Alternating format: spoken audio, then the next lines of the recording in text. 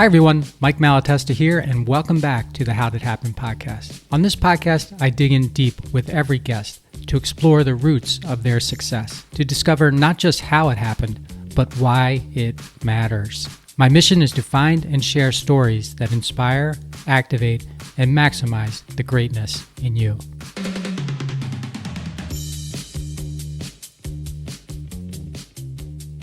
Hey everybody, it's Mike, and this is the How Did Happen podcast solo series, the short episodes that I do every Friday. They drop every Friday, and they are about things that I am thinking about, something that I've heard, something that someone has shared with me that I kind of put my own little take on and then share with you in the hopes that if it was interesting to me, it may very well be interesting and instructive and valuable to you.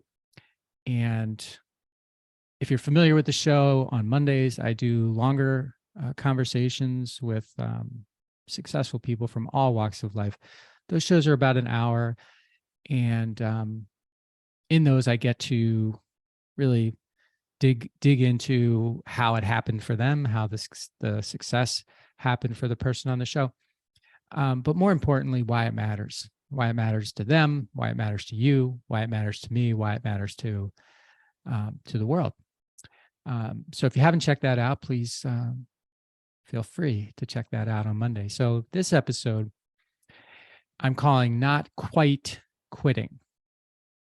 Not quite quitting. It's a little play on words there, because quiet quitting, you've heard of that, right?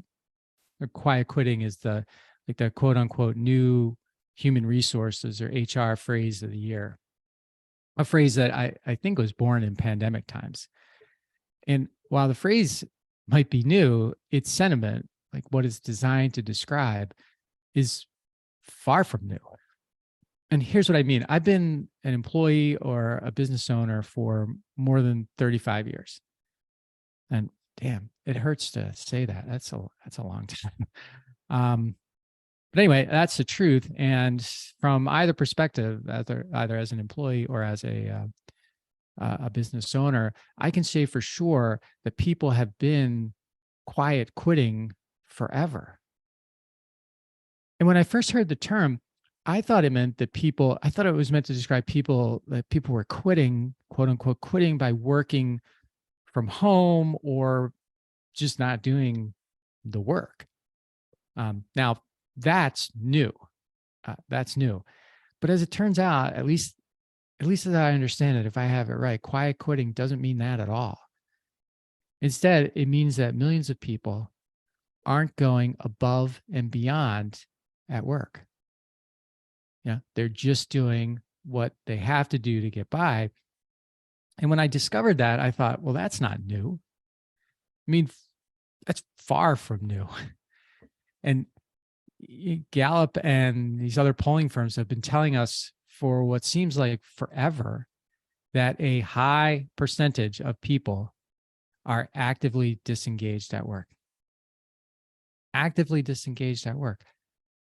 And it feels like nothing moves the needle on that in terms of improvement, like vis-a-vis less disengagement. The numbers always seem to come out and they just don't seem to move, no matter what businesses do to move it. And I know that was something that that is something I've struggled with my whole career is what do you do? What do you do to actually move that needle? And I know there are a lot of experts out there who probably have not actually done it themselves, but who can tell you, what they think you should do to keep people engaged. But I feel like no matter what you do, there's always going to be a group of people who just aren't going to be fully engaged. But that's another story for another podcast. With the quiet quitting thing, it's like, to me, maybe calling it something new, quiet quitting instead of active disengagement, for example, will be the thing that unlocks movement towards improving this disappointing metric. And I hope if it does that, then I'll be a fan of this whole quiet quitting thing. And let's face it, quiet quitting is a much catchier name for sure than active disengagement or than disengagement. I hope so, but I have to admit to you that I'm a little skeptical, because employees are people, and people are a fickle bunch. And no matter how much we have to be happy about, like we have freedom, we have music, we have books, we have games, movies, etc. And yes, we have work too. We get a lot of enjoyment, or is it satisfaction, from focusing on what we're not happy about, unfortunately. And we're also willing to accept less from ourselves than we accept from others. Like our kids, for example. When's the last time you told your kid not to go above and beyond, or not to cooperate and help others do their best? Have you ever done that? I know I've never done that. So back to my 35 years of experience. Yeah, that hurts. Yes, some people have been quiet quitting forever. I don't know what you can do about these people, but I believe they are a small number, way smaller than they're made out to be, way smaller than justifies a new description.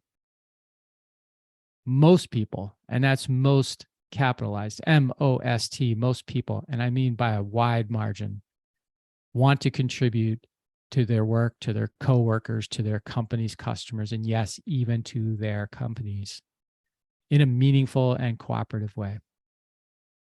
They may have good and bad days, and let's face it, who doesn't? But they are on, light switch on, more often than they are off, light switch off.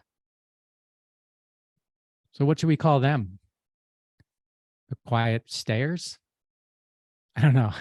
It's not a really good word. That's not a really good phrase, but it's the best I could come up with. So are you paying attention to, and are you celebrating your quiet stayers? Or are you spending all of your time trying to fix the quiet quitters that may be beyond fixing? So I'm interested where you come down on this. I come down on this. I desperately want to convert quiet quitters or disengaged people. I want them to be quiet stayers, and I want them to be engaged. But I really do think it matters more for me to focus on the people who are in the game, who are the quiet stayers, who are engaged, because those are the ones that are going to help me achieve my mission in life. And those are the ones that I think are going to help you achieve your mission in life as well. And as for the quiet quitters, I don't know what to do about them. I don't know what I owe them. I don't know what I can do to make them happy. And maybe there's nothing. But I wish that more people would be quiet stayers. Make the best of the situation that you're in. You chose it. Let's face it. You chose it. It didn't choose you. Something to think about. Thank you so much for investing your time with me today. I'd love to hear from you if you have anything to say about this episode or any episode. You can reach me at my website. It's just my name, 𝑚ikeMalatesta.com. You can hit me up on LinkedIn. If you have not or are not subscribed to the podcast, please consider subscribing. Hit the subscribe or the follow button on Apple or Spotify or wherever you get your podcast. I do appreciate you investing your time with me. I know it's valuable, and my job is to bring you valuable that makes it make sense, value that makes it make sense. So until we meet next time, please maximize your greatness and make your future your property, a future that you want to own.